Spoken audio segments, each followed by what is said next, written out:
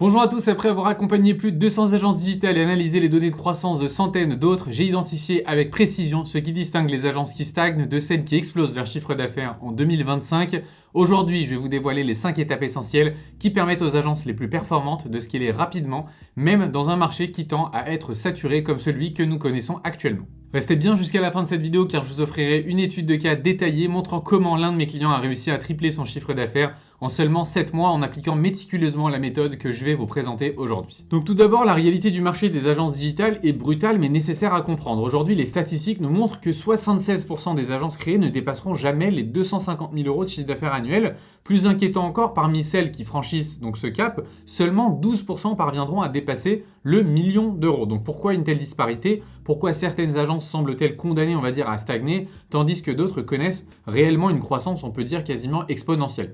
Donc la raison principale n'est pas du tout ce que vous imaginez. En fait, c'est pas la qualité, on va dire, de vos services, ni même, disons, votre expertise technique ou votre offre. Ces éléments sont bien sûr importants, mais ils ne sont pas déterminants pour votre capacité à scaler. En fait, le véritable problème réside dans le fait que la plupart des fondateurs d'agences reproduisent inconsciemment les mêmes schémas limitants, on va dire, année après année. Ils optimisent constamment les mauvaises variables et perfectionnent, on va dire, les prestations techniques, alors qu'en fait, le véritable frein aujourd'hui se situe ailleurs dans leur activité. Ces agences sont prises dans ce que j'appelle en fait la boucle de l'expertise. Elles se concentrent exclusivement sur l'amélioration de leurs compétences techniques en négligeant quasiment complètement les fondamentaux, on va dire, de l'entrepreneuriat qui permettent véritablement de passer en fait à l'échelle supérieure. Et c'est ce qui est le plus gros problème aujourd'hui. Donc cette focalisation sur l'expertise technique, ça crée en fait un plafond de verre qui est en soi invisible mais qui est bien réel pour la plupart des agences. Plus vous excellez techniquement, plus vous attirez de clients qui vous sollicitent précisément pour votre expertise vraiment pointue. Donc vous devenez indispensable à votre propre entreprise, vous créez en fait un goulot d'étranglement qui empêche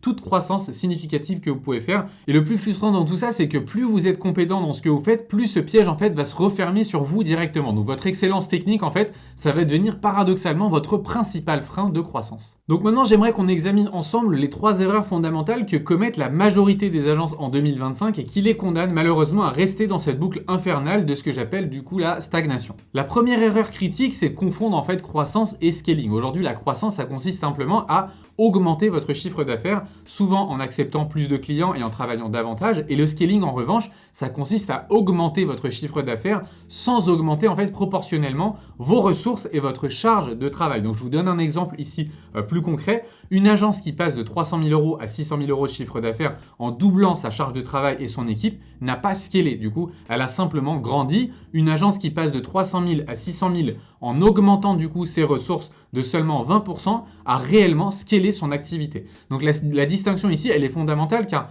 la simple croissance en fait a des limites physiques et finit inévitablement par atteindre un plafond. Donc le véritable scaling, lui, permet en fait une expansion quasi illimitée de ce que vous faites. Et ce qui est fascinant, c'est que les fondateurs d'agences qui se retrouvent épuisés par leur croissance, qui sont souvent ceux qui pensaient être en train de scaler, alors qu'ils sont totalement en train de grandir de manière non durable en réalité. La deuxième erreur majeure que je constate régulièrement, c'est l'obsession de vouloir faire absolument du sur-mesure, du personnalisé. La plupart des agences sont fiers de proposer en fait des solutions entièrement personnalisées à chaque client, traitant chaque projet comme une œuvre unique. C'est une approche qui est bien sûr valorisante sur le plan créatif et technique, ça j'ai rien à y dire, mais elle est fondamentalement opposée à l'objectif de faire du scaling. Et c'est ça le problème. Donc pourquoi? Parce qu'en fait, chaque client sur mesure requiert aujourd'hui un processus de vente qui va être beaucoup plus complexe et chronophage, une phase de découverte qui va être beaucoup plus approfondie, une exécution unique qui va nécessiter en fait votre expertise personnelle. Donc aujourd'hui, un suivi personnalisé qui ne peut pas être délégué facilement, c'est un gros problème, d'accord? Même si vous facturez ces projets à leur juste valeur, il crée en fait une dépendance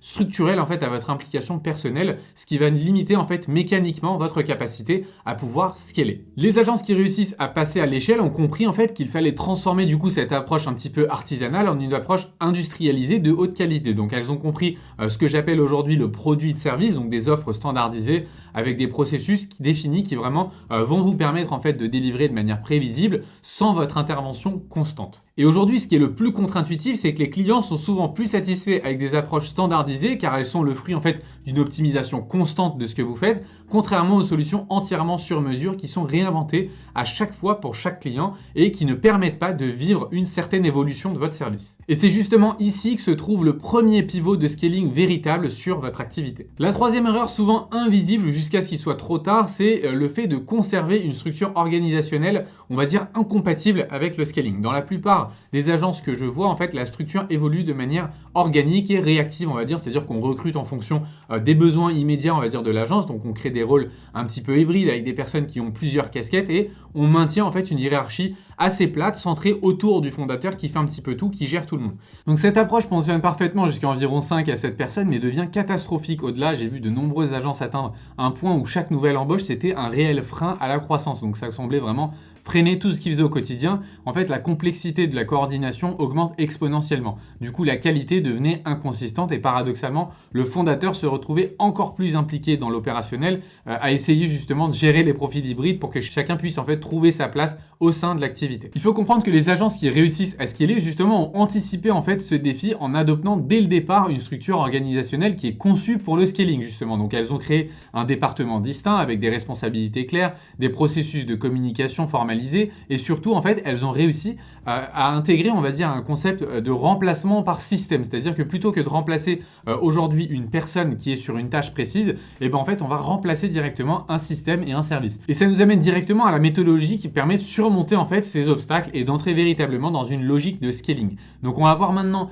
les 5 étapes que suivent systématiquement les agences qui réussissent à passer on va dire la phase de croissance en 2025. Donc voyons maintenant les 5 étapes réellement qui permettent à plusieurs dizaines d'agences de multiplier leur chiffre d'affaires tout en réduisant leur charge opérationnelle. Vous allez voir d'ailleurs que la dernière étape est véritablement transformative.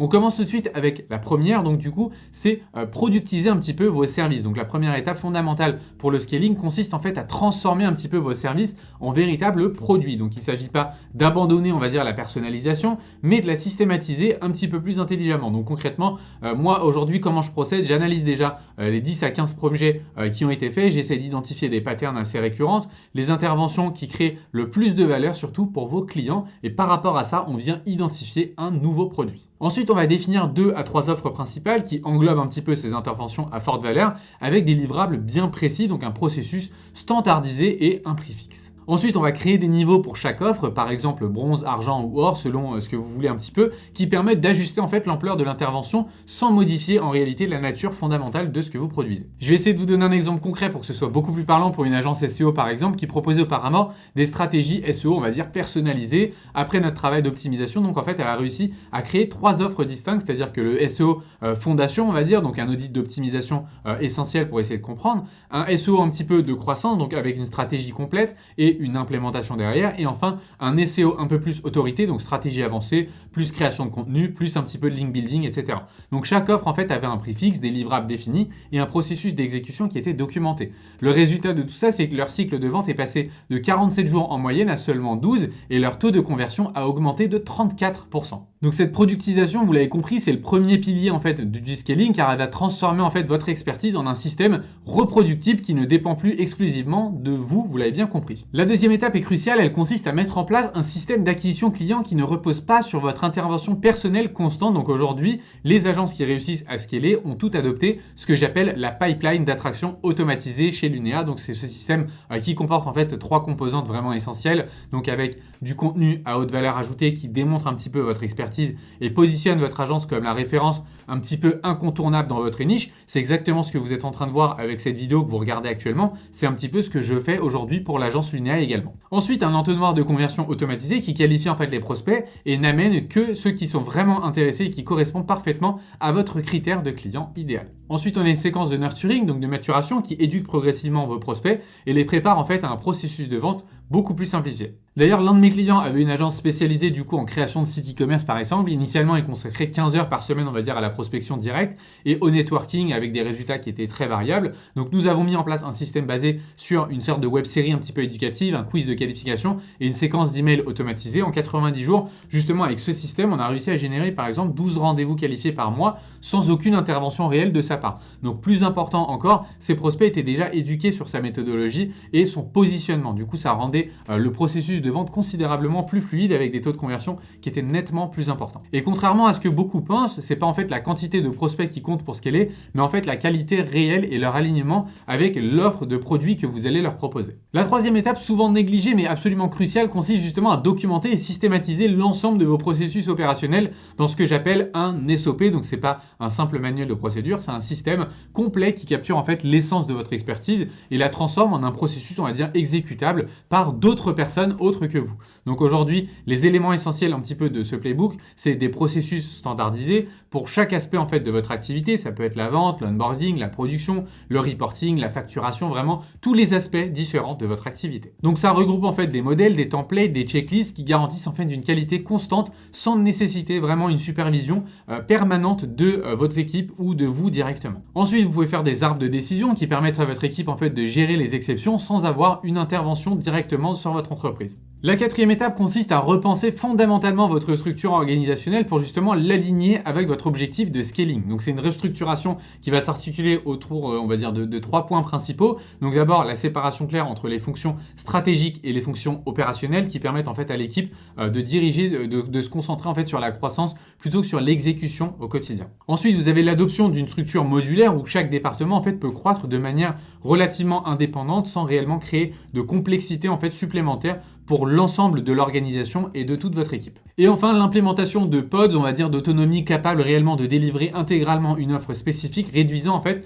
le besoin de coordination, on va dire, entre toutes vos équipes de manière un peu transversale, qui deviennent rapidement ingérables à mesure que l'agence va commencer à grandir. Donc ça va permettre de développer chaque aspect de votre activité de manière totalement indépendante. On en vient à la dernière étape, celle qui change véritablement la donne, celle qui fait la différence entre les agences qui stagnent et celles qui explosent, c'est l'implémentation d'un système complet de gestion par métrique. Donc la plupart des agences aujourd'hui fonctionnent avec des indicateurs rudimentaires, on va dire le chiffre d'affaires mensuel, le nombre de clients, la rentabilité globale, mais en fait ces métriques, on va dire ces KPI sont importantes mais totalement insuffisantes, on va dire, pour piloter efficacement la trajectoire et ce que vous voulez faire en réalité avec votre agence. Aujourd'hui, les agences qui réussissent à passer à l'étape d'après, en fait, ont mis en place un système complet de suivi, on va dire, de KPI interconnectés. C'est-à-dire des indicateurs avancés qui vont prédire un petit peu la performance future avec le taux de qualification des leads que vous obtenez, la vélocité un petit peu de l'entonnoir de vente, le score de satisfaction client, par exemple sur les cours de projet, ce que vous faites exactement. En fait, des fiches de scoring à chaque étape qui vont vous aider à avancer comme il le faut. Vous pouvez mettre en place également des KPI opérationnels précis pour chaque département et chaque rôle aligné avec les objectifs globaux un petit peu de l'agence.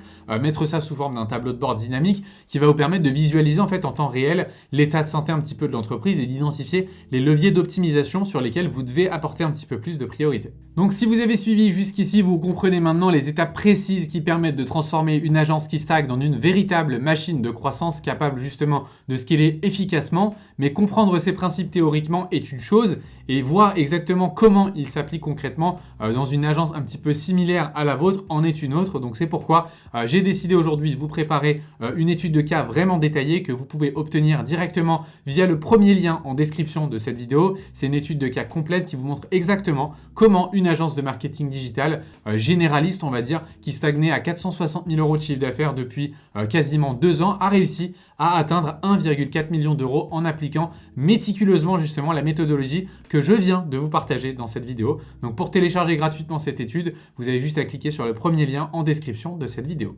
N'oubliez surtout pas que ce qui distingue les agences qui réussissent véritablement à scaler en 2025 n'est pas leur talent ou leur expertise technique, mais leur capacité justement à transformer cette expertise en systèmes reproductibles qui peuvent fonctionner à grande échelle sans dépendre justement de l'implication constante des fondateurs. Donc j'espère vraiment que cette vidéo aura pu vous donner plus d'informations sur certains aspects de votre activité et je vous dis à très vite dans une prochaine vidéo pleine de valeur.